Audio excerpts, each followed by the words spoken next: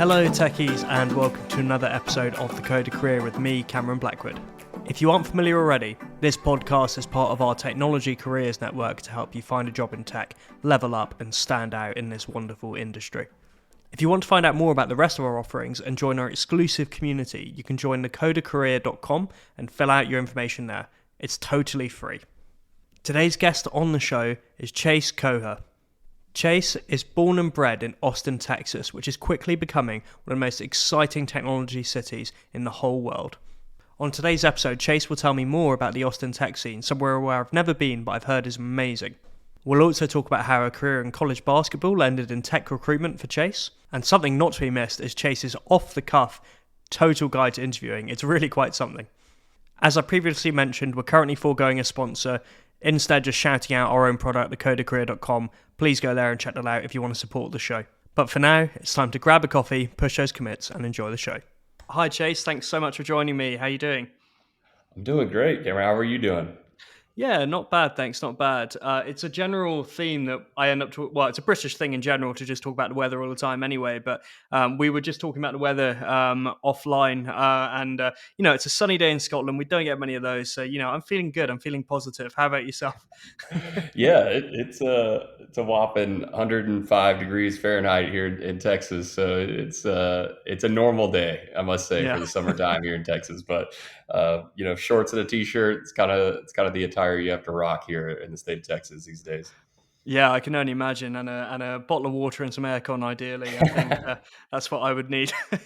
So, for people that haven't come across you before, do you want to give like a brief background about who you are, and you're obviously a business owner as well, so a little bit about your business as well.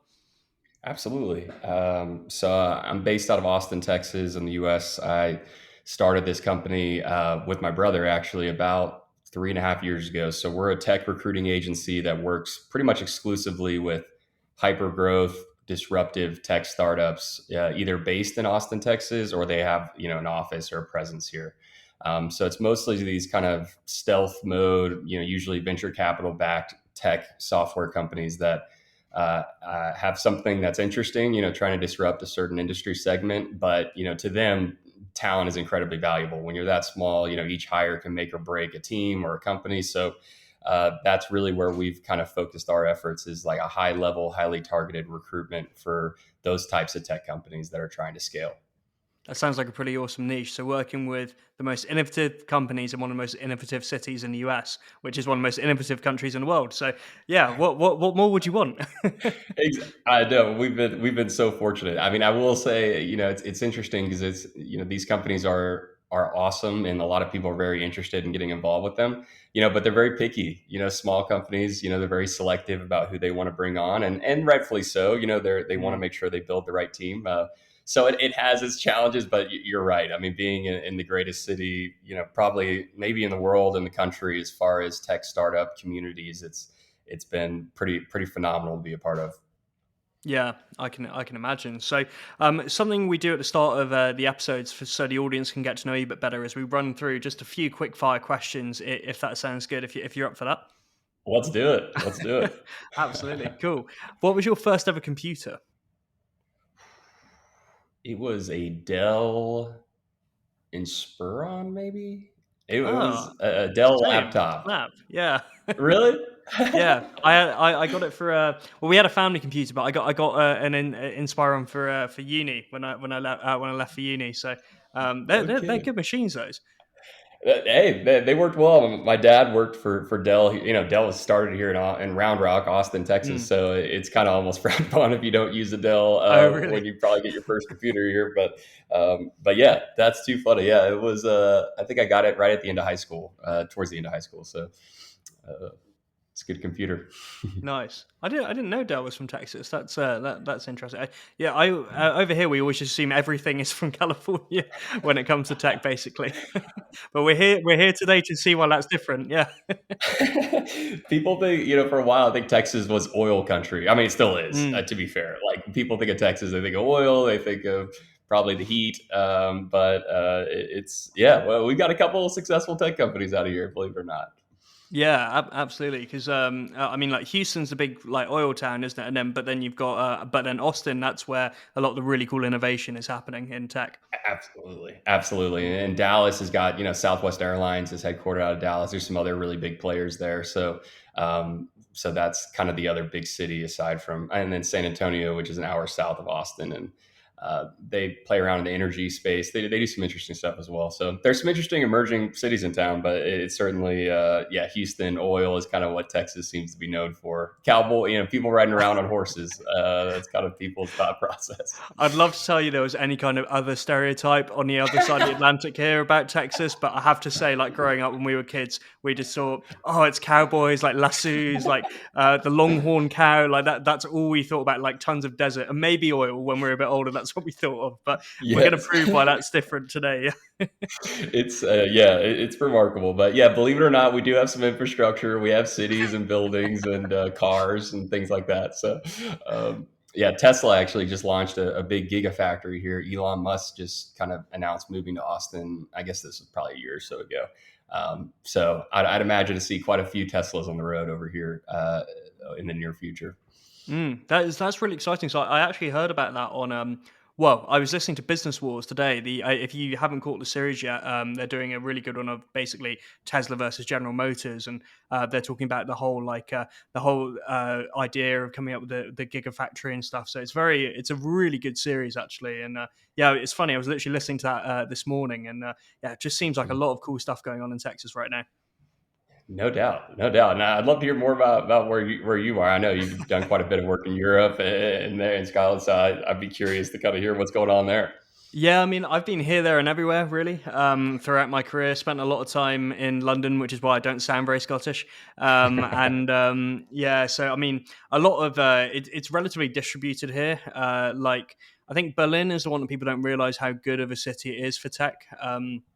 But like Paris as well is underrated. Like Macron has his critics, but his entrepreneurship and startup policy has meant that the amount of unicorns coming out of Paris in particular has been pretty impressive over the past few years. And obviously London, an old city, maybe my favorite city in the world. Amazing financial technology innovation coming out of there at the moment, both in terms of the more, I guess you can say, traditional fintech, but then also as well blockchain and Web3 as well. So my next quick fire question was actually, I mean, I feel like it's going to be a foregone conclusion. It's what's your favorite tech city? Yeah. I feel like I might know the answer here. Yeah, I'm a bit biased on this one. I think I'd have a lot of friends that would come over and want to smack me over the head if I said anything but Austin, Texas, being my favorite tech city. Though, I think on top of that, you gotta talk about some of the big European cities, some of the big in the US. Silicon Valley obviously is kind of the original goat kind of starter of, Mm. of tech communities here in the US, and or they get that credit at least. And so, I think a lot of, we learned a lot from how other cities built their tech communities. So, I mean, Austin certainly wasn't the first startup community, but I think they have, the city's put together a pretty unique blend to encourage tech talent to move here and tech companies to, people to founders to kind of grow and be willing to take that risk and start their own company, raise funding, things like that. I think that ecosystem is pretty remarkable here in Austin. Yeah, I mean the amount we've started to hear about it really from over the pond is very exciting. And my final quick fire question is, what job did you want when you were a kid? I did spot on your LinkedIn that you played basketball at a high level. Did you want to be a basketball player?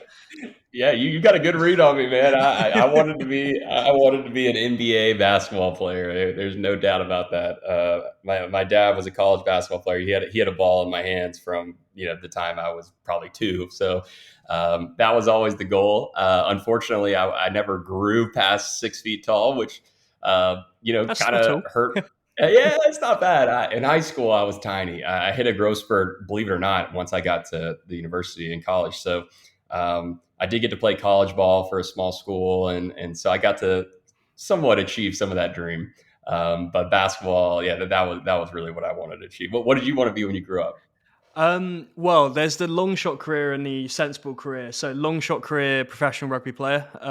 So Love it. I'm still chasing the dream now at 26, turning 27 in a few weeks. I'm Wow. still playing for one of Edinburgh's teams here, and yeah, in Cool. like I play in like the 6th or 7th division in Scotland. So very low down, but still love it. Weekend warrior, Working your like way get up. stuck in. Yeah. Yeah, but yeah, I loved it. It's huge in schools. Well, both in England and Scotland, it's huge in the schools here. So yeah, it's not quite on the level of American college sports though, because like I caught a game in DC actually, a NCAA basketball game, and I couldn't believe it. I couldn't imagine people like university sports in the UK is maybe like 100 people show up to the side of the rugby field and they've got some warm beers with them and like they're just like shouting like abuse at their mates while they play.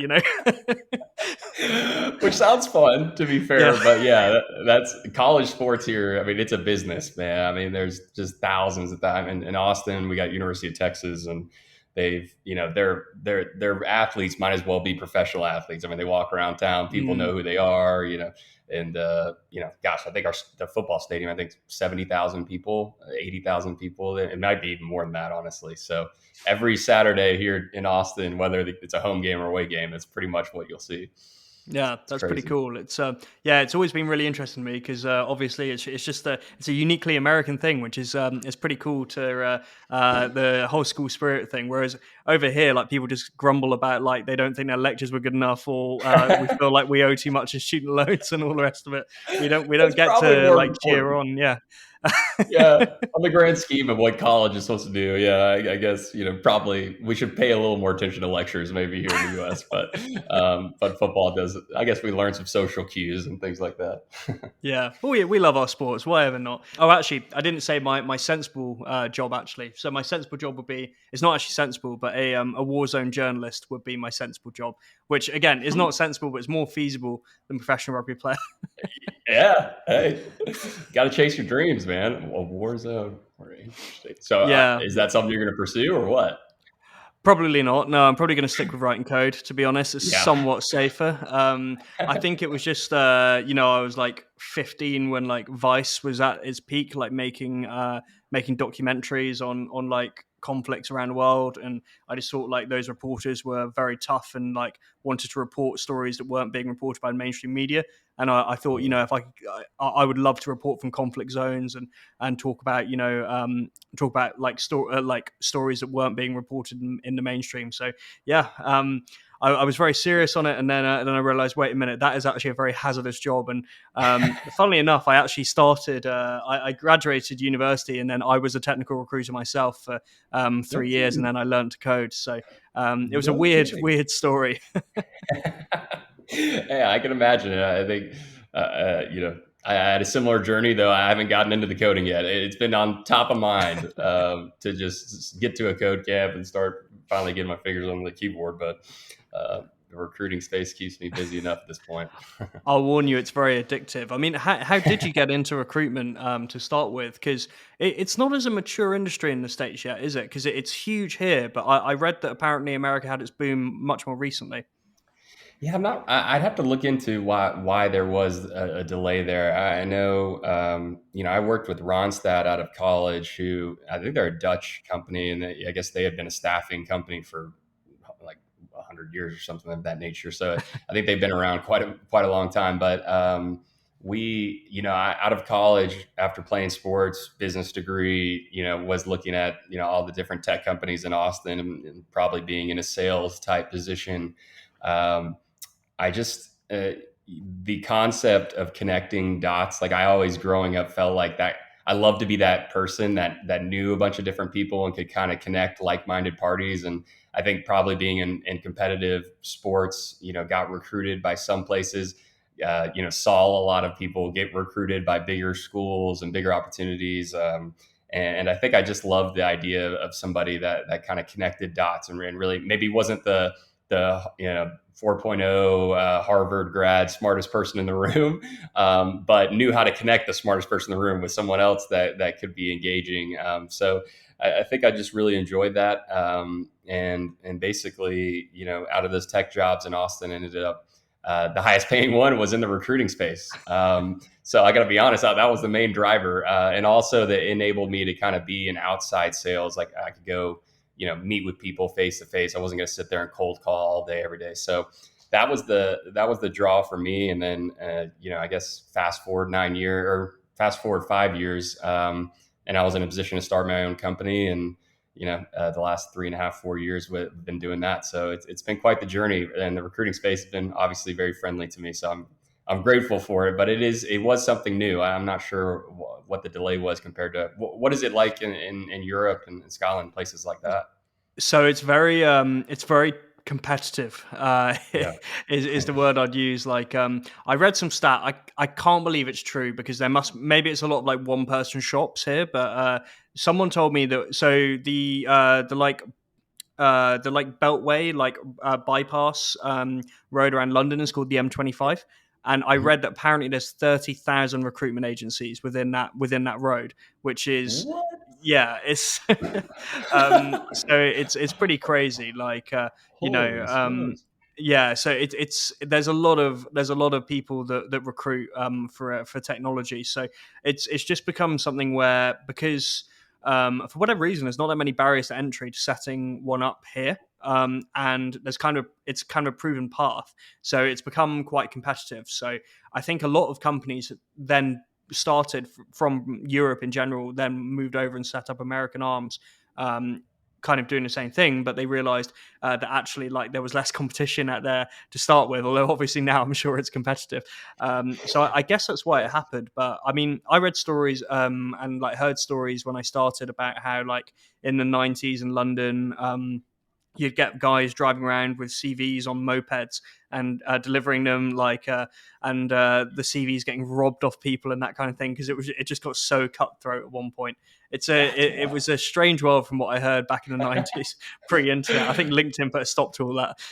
Eh, Certainly. I know. I remember in college, I mean, my dad, kind of talking to me about making sure I'm mailing out my resume to all these, tech, all the companies in town. And I mean, Indeed had come around. Obviously, LinkedIn, job, applying to jobs that way had also become pretty prevalent. But yeah, it wasn't that far off, I guess, that people were delivering resumes on their bike just door to door.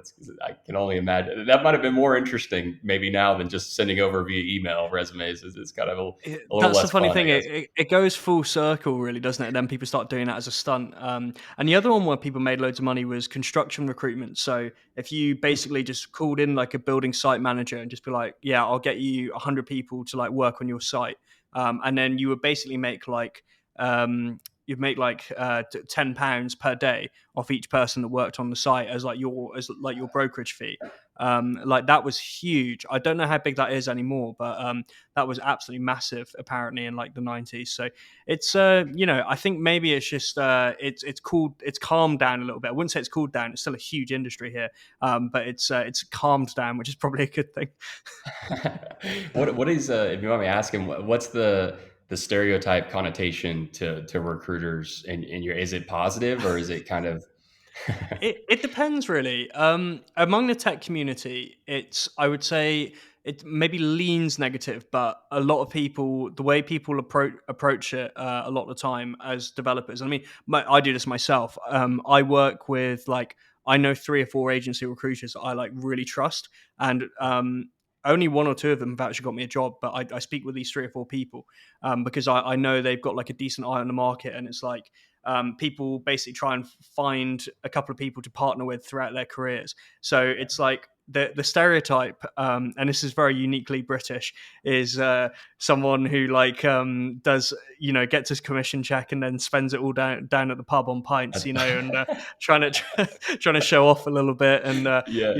accidentally blows his entire commission check over the weekend. That's the stereotype. The truth, it's a bit of an unfair stereotype. It's because developers don't like it when people say, "Oh, we just spend all day hunched over like coding," because For it's not the sure. truth, and it's not. Yeah, there's probably some recruiters that enjoy the weekend, but there's plenty of developers that do as well. Heck yeah, Yeah. yeah. But I can see the stereotype. I mean, I'm sure engineers get a certainly get a stereotype, as do I know recruiters here in the States. Yeah, it's a very dicey relationship with talent, especially the technical talent. I think they understand that they can benefit from each other. But I think there's always sometimes the concern of like, one's taking advantage of the other, and I guess it just kind of Yeah. comes with the nature of it.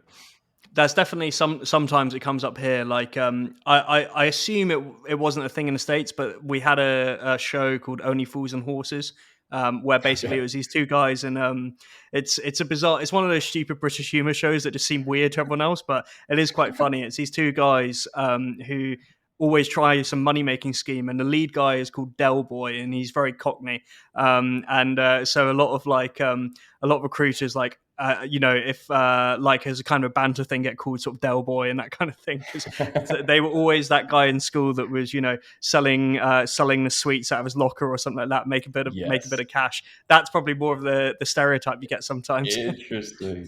Interesting. I can see it. Yeah. And I mean, obviously, we were saying beforehand about the market segments of the show. I reckon about 25% are American listeners, and the rest are over here in Europe primarily. How do you think the American and in particular the Austin tech scene is different to maybe how things are here in Europe? Yes, I was, and I honestly had to do. You get so much tunnel vision, maybe in the tech space. Some days you kind of forget that there are other countries and areas that are utilizing and doing similar things. I don't know if that's an American thing or a Texan thing, but I was on a Wall Street Journal article, and it was talking about European investments. Whether it be venture capital, private equity, was up 142% year over year. I guess from 2020 to 2021, which was like eye opening to me. Mm, Because we've certainly, here in Austin, especially, there's a lot of software companies. There's a lot of accelerator programs, incubators, kind of a infrastructure that's set up for a tech founder or an early stage company to thrive.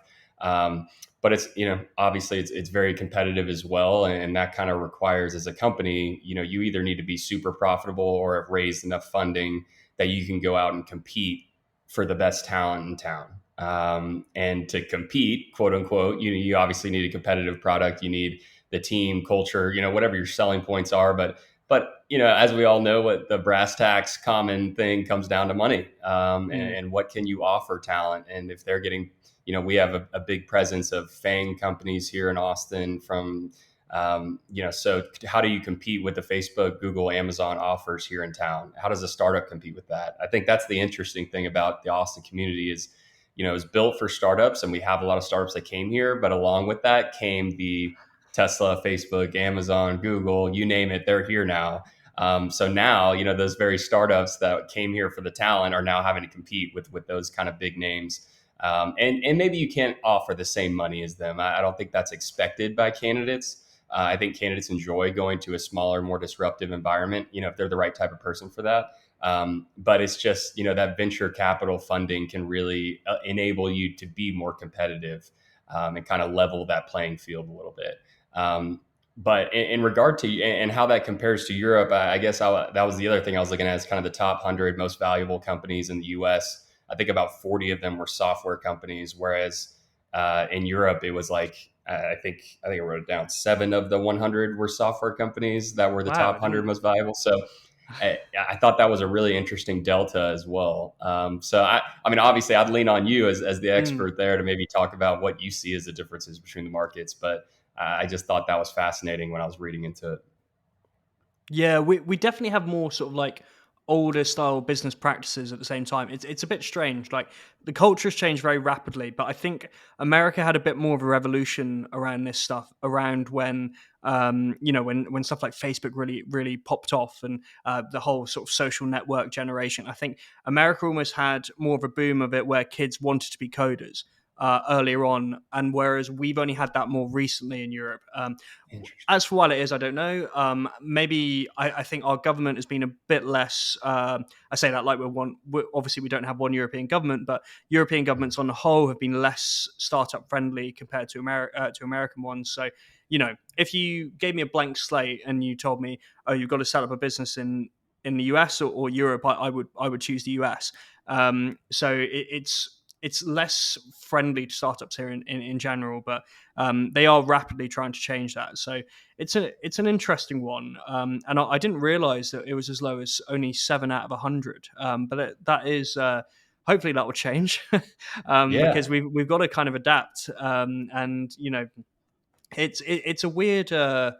It's a I can't think of the right word. It's a weird contrast though, because actually compared to maybe Austin's a bit different, but compared to the average American city, actually our technology in terms of like the average citizen's like day to day life is much better integrated. So like when I went to New York, maybe just before COVID, so 2.5 years ago, I found it really weird that I couldn't use my contactless or my Apple Pay like anywhere. And I just didn't understand that, and stuff like paying for subways felt a bit more like archaic. So our kind of Sure. day to day technology like experience, customer journey or UX is actually much more advanced compared to US, but actually most of the innovation is conversely is coming out of the US. So it's a real strange one, and I can't really put my finger on it. It's weird to put it bluntly. Yeah, I'm sure if we knew the answer, one of the two governments would be paying us a lot more money than we're making now to give them that solution. But that is fascinating. Yeah, I guess you would have more experience having been in the European markets and then also coming and seeing the U.S. markets. I have failed to get to Europe yet in my lifetime, so it's on the to do list. But that's interesting. And subways are archaic. There are a lot of things I think in the U.S. that for some reason, I don't know whether it's capitalism or just the way the governments are managed things, but we certainly have a lot of innovation in companies, but our infrastructure sometimes is a Mm. little behind. That's the one thing I always find really weird when I go to states is well, one, that people don't use public transport that much, and two, you can't really walk anywhere. So we're so used to walk everywhere. It's like for like want of trying, it's just because like the road system, I guess. Like you'll Yeah, try and route like a half-mile walk, and you'll have to walk down a highway or something. It's like that's not possible. It's an interesting. I guess it's just because of the way the cities are built, and I wonder if that will start to change a little bit. certainly.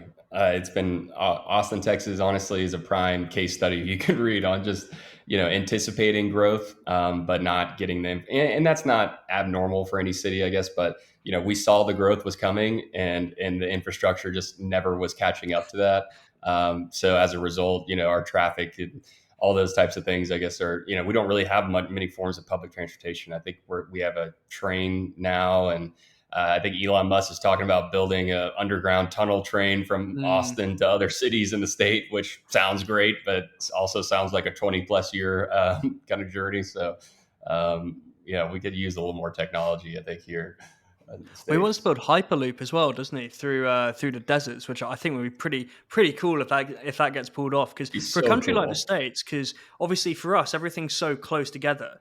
Like actually, we can Yeah. just take the train. Like if I want to get the train down to London, it's the other end of the country. It takes me like 4 hours. But like Yeah. I imagine that train journey to I don't know if you want to go to Ohio from Texas or somewhere. Like Yeah. that's gonna be like 25 hours. So I can see why something like Hyperloop would be so good for a country like the States or somewhere like Australia. Exactly. I mean, even just to get out of the state of Texas, I mean, it's essentially a 5 to 8 hour drive just to get out of the state. Much less cross the country to Ohio. So uh, I'm all for it.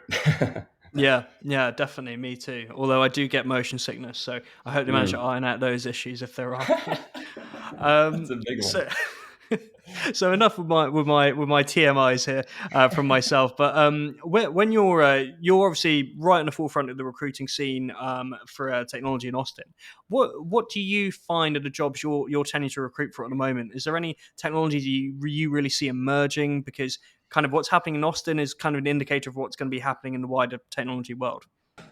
I'd say, really over the last probably 6 to 12 months, we've seen just a growth in value for data engineering, data science. I think has come around, but a lot of kind of that hybrid of someone that understands the data science, but also has the coding chops to kind of develop platforms or ingesters that can actually manipulate and kind of figure out what to do with that data. A lot of ETL related stuff. So I'd say that's certainly a theme we've seen. We've also seen it on the infrastructure side. So, the quote unquote DevOps, infrastructure engineer, site reliability engineer, whatever title you want to go Mm, with. I think it's kind of the combination of taking coders that also, you know, can do microservices and have the system admin chops, but they also have the coding chops. So I think that's kind of what we're seeing is like coders that can also do data specific things or cloud specific things or front end, back end, full stack is always going to be probably important coding experience. And then product design. I think user experience, UX, product design has become super prevalent, at least here in Austin, as far as I think valuing it. I think there's always been the need for UX designers, but I think calling them product designers and really kind of paying them more, probably almost as much as engineers, if not more, and ensuring that the usability of their application is top tier. So not just creating a great app isn't just the challenge anymore. It's also obviously making sure us humans that aren't always the sharpest tools in the shed are able to actually use the app, and we'll keep using the app. Yeah, definitely. And I think as someone that does a lot of front end myself, I'm very, very grateful when I'm working with a good designer because it is just, people don't appreciate how hard it is to design stuff. Like, when I've tried it myself, I cannot do it. I have no artistic vision whatsoever. I'm the same way, and I think it's also a fascinating skill set to recruit for, because in a lot of ways, it's kind of beauty is in the eye of the beholder. Like Mm, that piece of art to me looks amazing, but to you, it might be kind of an ugly piece of art. So I think designers deal with the same way. If they might have a style or a certain way that they do things that to one company looks amazing, and to another it may not be as valuable. So it's difficult to kind of identify with the company that's looking for a product designer, what is the beauty, art, design, user experience that you want, and then trying to match that with portfolios and different, designers in town. It's a fascinating challenge. It can be frustrating, but it's also, it's also really fun. yeah. Um, If that doesn't sum up recruitment, I don't know what does. precisely. Yeah. Something I wanted to ask you about as well, actually, was consensus is being held in Austin this year, right? Are you noticing a lot of like blockchain and Web3 stuff going on in town at the moment? Yes, yeah, great one. I think blockchain's been certainly more and more. I think Coinbase has kind of a studio here. There's certainly a growing interest in fintech companies here. Fintech, I think, has been pretty popular in Austin, but especially with blockchain coming in and crypto has grown to be a pretty attractive area in town. But I also think, obviously a lot of companies are utilizing blockchain, not just for crypto, but, in different ways for data security and different things like that. So we certainly have seen quite a bit of interest in that. Now, with the volatility of the crypto market, I think there's a lot of talent that kind of second guesses, is that a risk reward that they want to take? But there's certainly a lot of interest and a lot of companies that are kind of emerging that are just on the bleeding edge of trying new things. And for context for listeners, we're recording this on Monday, the 13th of June, 2022, and it has not been a good day for anyone with any remote interest in crypto. It is. I looked at my phone Yes. and it was on its own, so I was like, "Oh no, oh no!" Like when when I saw, I hate to laugh at yeah, I it. was like, "There goes my future kid's inheritance!" Like right there. That was the college Yeah. fund. Yeah. It's I think, yeah, it's interesting. We'll find talent that's just like, don't even hit me up unless you've got something, blockchain crypto related. And then you got others that are just like, nope, like you could pay me $1 million a year and I'm still not interested. I'm like, all right, fair enough.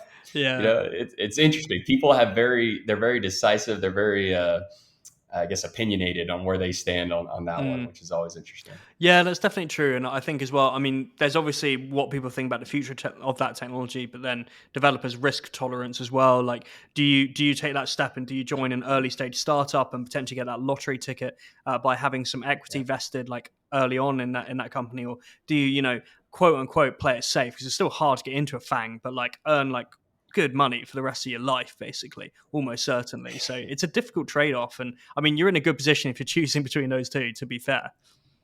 Exactly. And that's, a lot of people view the fangs as kind of like their stamp of approval in some ways of like, hey, if I got Facebook on my resume, like I'll never have a problem finding another job. I think even if you didn't have Facebook on your resume, you have some notable startups, you're not going to have a hard time finding a job in the US for software engineering. Even if, we're looking down the scope of potentially an economic issue here in the States, if not the world, but especially here in the US. So I think the concern is kind of, what industries are going to survive that, thrive through that, be taken down by that. So I think there's a lot of concern there. But even with that, we saw it through COVID. The demand for software engineering, specifically tech and product talent, it just stays incredibly strong. So it is. If you're an engineer, you're all right Yeah, usually. there just hasn't been a dip in demand for software engineers since really 2008. And, even then that was a fairly small blip. I mean, the only big dip was 2000. So let's hope that doesn't happen again. But, it'll be interesting to see what happens in 5 years' time, like if this growth can be sustained, because it's a trend worldwide, like unlike many others, really. Like maybe finance in the 80s is the only one I could think of. Yes. And Yeah. No, I think that's a great analogy.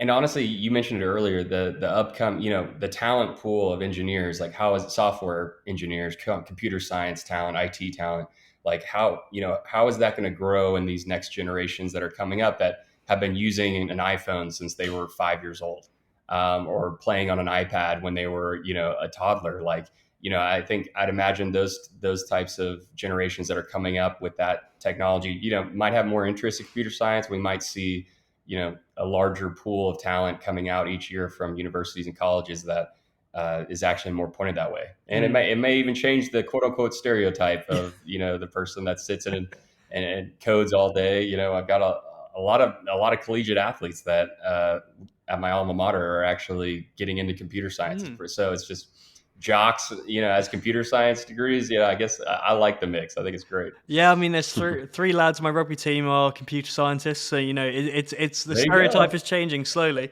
Yeah. But we're still massive nerds, but we just like running headfirst into people every weekend.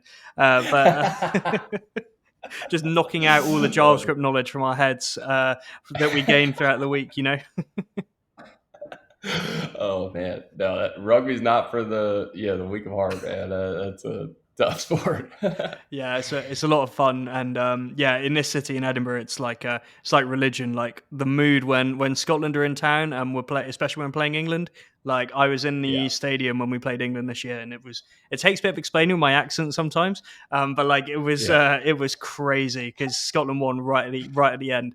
I'm probably annoying the Wow. English listeners now by bringing this game up probably the fifth time on a tech podcast in the last like 2 months, but I find any excuse. Hey, you got to plug it in there. Yeah, exactly. And there's always next year. There's always next year for the English. Yeah, there is That's all always right. next year. Yeah, which is always a worrying prospect when you support Scotland. There is always next year. Uh, Heck yeah. hey there, Cam here. Hope you're enjoying this week's episode of the Code of Career. This is just a quick shout out to the rest of our careers network. Did you know you can also find us on TikTok, Instagram, YouTube, and many more? Most importantly, we have a Discord server. You can access that by going to thecodeofcareer.com and filling out your email, where you'll be sent an invite link. Now back to the show. What tips would you give people who are earlier in their career to stand out, both in that initial application, but then also the interview process? So maybe someone that's going for their first or second job, they don't know how they can really stand out from other people in the industry. Yes. So, if you're looking for jobs, I mean, I think we've kind of alluded to already, but being involved on social media, LinkedIn, having a LinkedIn profile that's fairly updated, paying attention to actually your connectivity there, connecting with colleagues and friends of yours. Maybe not so, not like Facebook where you're going to be sending them pictures of your family every month, and letting them know you just had a new kid or whatever. Like, in this case, you want to be connected for the future. You want to be connected because obviously your news feed will be populated with info that of other like-minded people that you've worked with, and I say that also because if you're looking for your first, second, third job, you want to utilize your connectivity, to first off find new jobs. I mean, being referred by a current employee is the number one way of securing a new job. So and also it probably gives you a little bit more security in that, if your friend is working at a company, you can call them up and find out, what they actually think. Like they'll actually provide you probably a transparent, this is what you'd be getting into. This is what to expect, versus if you're kind of just blindly going into a company, interviewing there, and you don't know anyone that's involved there, you're going to be taking a risk because you're going to be trusting what you were told in interviews, maybe what you read on Glassdoor. But aside from that, you don't have kind of the inside scoop. So I think that's an advantage that I always suggest people kind of capitalize on, and also alumni from universities, colleges, looking into these companies that you're applying to jobs for. See if there's anybody there that went to the same uni as you. Send them a connection invite. Maybe try to take them to coffee. Just I think those are like the extra mile type things as a job seeker that can kind of really get you potentially a dream job, or a job that you can feel really happy about at the end of the day. But we were talking about a bit earlier as well, but recruiters aren't software engineers. So if you're a tech person, you're a product person, you're sales, whatever your skill set is, I think you have to keep in mind that recruiters in the recruiting industry, they aren't experts per se in what you do. Now, they certainly study it, and they certainly have been trained to understand the keywords, especially in software recruiting. You have to know all the acronyms and keywords. So people, and LinkedIn is one of the most popular places to recruit. So I would just suggest, if you're trying to get more eyes on your profile, to ensure that you're making it easier for those recruiters to find you. And knowing that they may not be as sharp as what you'd want. But if you're doing a lot of Python, you're doing a lot of Node, or you're interested in getting into infrastructure engineering or DevOps, like, have those keywords, have those things listed throughout your LinkedIn profile, your resume, just to increase your odds of kind of showing up in those searches by recruiters. The last thing, and I think a big one, is in the interview process, how to stand out.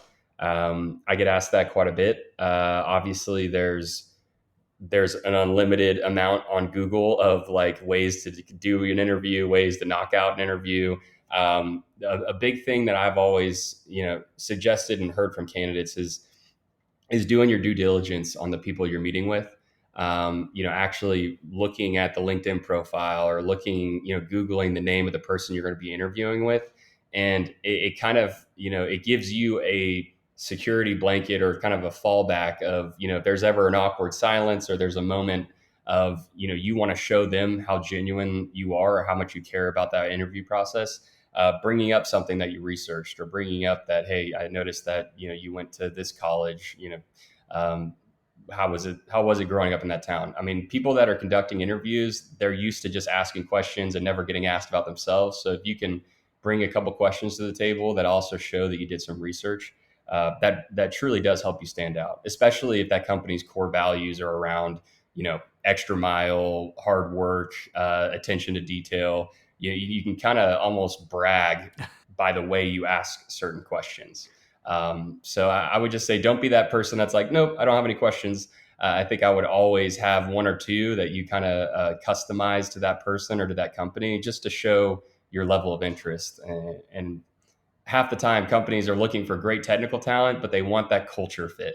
They want that person that's going to fit in with their team and their culture. So that's just an easy way that I always suggest to people, just kind of, just take a couple extra minutes before any interview you do, and just kind of dig into some of the core values and the person that you're speaking with. Yeah, absolutely. I mean, if you're trying to get a job right now, I highly recommend you just wind that back 5 minutes and just listen again if you didn't catch all of that, because just take some notes off that, because that was brilliant advice. And like, I totally agree with all of it. And the things like asking, it's such a win-win in the interview situation. By asking people about either themselves or about the company, you are buying yourself some time, preventing awkward silences, and also making yourself look better.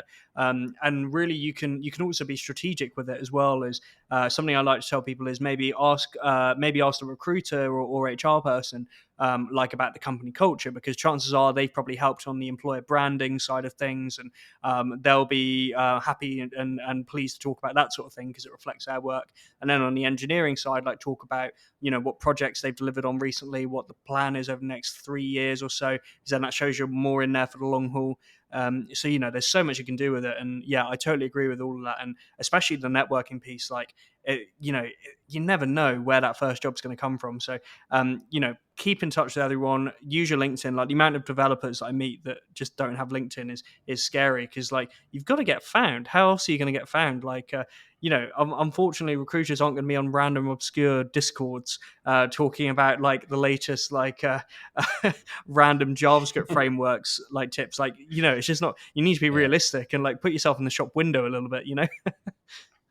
Absolutely. No, and yeah, sorry to go on a soliloquy there of like a 5 minute No, it's rant great. on interviews, but I think, you know, I think there's so much that comes to mind. And sometimes I'm like trying to squeeze it all into this little area. But you kind of hit on it a second ago. I mean, even when you asked me, you know, what I want to be when I grew up, you're like, hey, I noticed you played, you know, basketball in college. Like just the comfortability for me and just kind of my like willingness to open up and kind of relate that you're also an athlete and we could talk about that.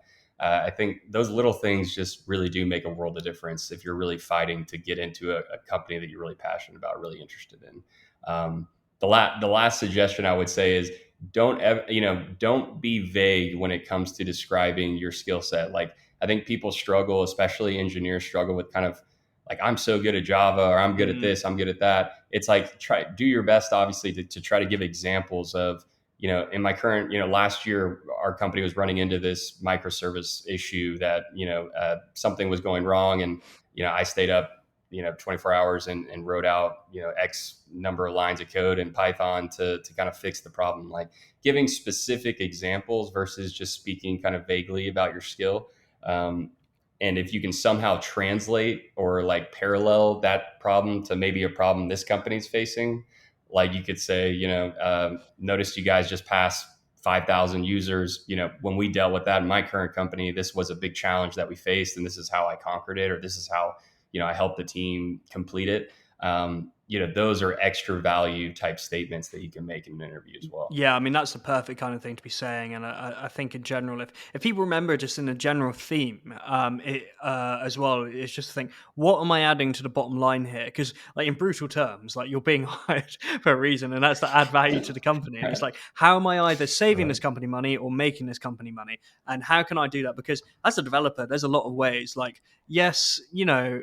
Yes, we're artists and all the rest of it. Like, you know, I don't get me wrong, I love coding, but like at the end of the day, we're Yeah. not being hired to like do beautiful code. Like we're being hired to either make or save money. To be blunt. Yeah. So you know, it's like always think of it with that with that in mind. I would advise people as well, and that really ties in nicely to what you're saying. Like particularly stuff like user thresholds and stuff like that's an amazing kind of challenge. For someone to overcome. Are you sure you're not a developer? 1,000% sure. I did our website. If you want proof of my lack of engineering skills, go to our website. Nice, nice. And I mean, if we're talking looking to the future now, obviously you are a born and bred Austinite. What do you see as the future of the tech scene over in Austin, and why should people that are maybe here in Europe or elsewhere in the States, why should they consider moving to Austin? Yeah, it's Austin is an incredible place. You know, I think it's grown to a point where it's no longer just a town. I think we've been the top place to one of the two top places to live. You know, they come out with a list every year of the top 10 places to live in the U.S. We've been one or two for like a decade now, so it's no longer a secret. I think a lot of people have come to Austin now. Austin's kind of, you know, typical downtown was really cool. Now all the suburbs are getting a little more expensive to live in. So I don't know, you know, some of my local people here might get mad if I try to encourage more people to move here, but at the same time, that's part of, you know, that's part of the startup ecosystem. That's part of the growth of a town that turns into a major city. I think the cool part about Austin is you get a little bit of West Coast, you get a little bit of East Coast, you get a kind of a mosh pit of different cultures and people that come from different tech ecosystems, and they're kind of blending everything together. You know, we're centrally located in the U.S., so it's kind of like the middle. We're almost like a middleman, middle woman for how everything rolls. I think we've got some really cool, exciting nightlife and music, things of that nature, but we also have a very competitive business landscape. So I think the future is interesting, fascinating, scary, exciting. You know, when it comes to this growth, when it comes to the big companies, the big players moving to town, it's always very disruptive to a startup ecosystem to have some major enterprise companies that are going to be hiring as aggressively as, you know, the FANG companies and Mm. Teslas and things like that. So, you know, we're excited. I think the more talent that can come here, the better, because there's a lot of jobs. There's more jobs than there are people. But if you do come here, be prepared for 100 degree Fahrenheit summers. It does get pretty darn hot here. But yeah, and I think on the software front, I mean, automation, so much is being automated. But even recruiting, there's a lot of AI being applied to how recruiting works. So I think the landscape is a constant shift when it comes to software. But that's part of what the allure or the excitement is of it is, Austin is a different place every day. Yeah, it sounds really cool, and it's 100% somewhere that I want to visit one day for sure, and I'm sure the listeners will as well now. And if people want to get in touch with you about like potential roles in Austin or anywhere else you happen to be recruiting, like what's the best way for people to either get in touch with you or keep in touch with you for future? Absolutely. I swear LinkedIn should be paying me for my endorsements, but LinkedIn is usually the best way to go. It's Chase Kocher, Kocher, AIM number 4 hire, HIRE is our company. So I'd say finding me on LinkedIn is usually the way to go. I'm also on Instagram, Twitter, things like that under the same name. So I guess a little less talk about technology in those places, but I do my best. Cool, sounds good. Maybe a bit more basketball chat on those ones. A lot more basketball, a lot more basketball, a lot more on the lake. Enjoying the outdoors life here in Austin. That sounds good. You're selling it to me. You're selling it to me. I've got to say, it sounds really good. But yeah, Chase, thanks so much for coming on today. It's been really awesome and insightful to speak with you. And like I said, I'm sure you've probably got a lot of Europeans that may be sick of the rain and the cold and the high taxes that are thinking about potentially heading out to the land of cowboys to be a coder out there.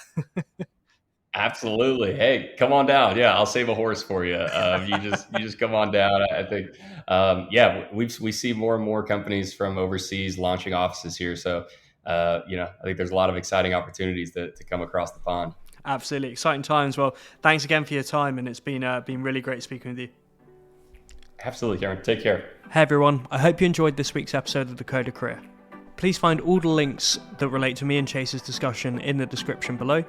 And also as well, please do check us out on codercareer.com. That's thecodercareer.com. But until then, I hope you have a great week and happy coding.